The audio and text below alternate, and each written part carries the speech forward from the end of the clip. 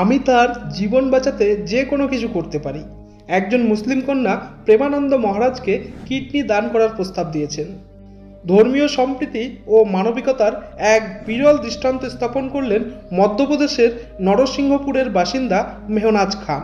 মারাত্মক কিডনি রোগে আক্রান্ত ধর্মগুরু প্রেমানন্দ মহারাজকে নিজের একটি কিডনি দান করার প্রস্তাব দিয়েছেন তিনি। বেটি বাঁচাও বেটি পড়াও প্রকল্পের ব্র্যান্ড অ্যাম্বাসিডর মেহনাজ সোশ্যাল মিডিয়ার মাধ্যমে জানতে পারেন প্রণবানন্দ মহারাজ গুরুতর অসুস্থ।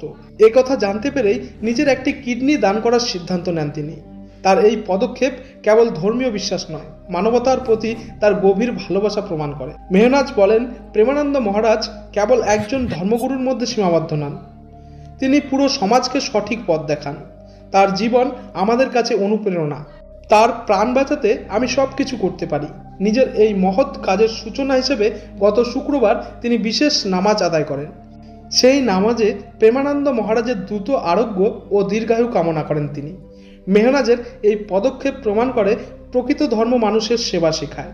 সাম্প্রতিক সময়ে সমাজে যখন ধর্মীয় বিভেদ বাড়ছে, তখন মেহনাজের এই উদ্যোগ এক শক্তিশালী বার্তা দিচ্ছে। এই ঘটনা যে প্রেম, ভ্রাতৃত্ব ও মানবিকতা সব ধর্মের ঊর্ধ্বে। এটি শুধু প্রেমানন্দ মহারাজের জন্য জীবনদায়ী উপহার নয়, বরং লক্ষ লক্ষ মানুষের জন্য অনুপ্রেরণার উৎস।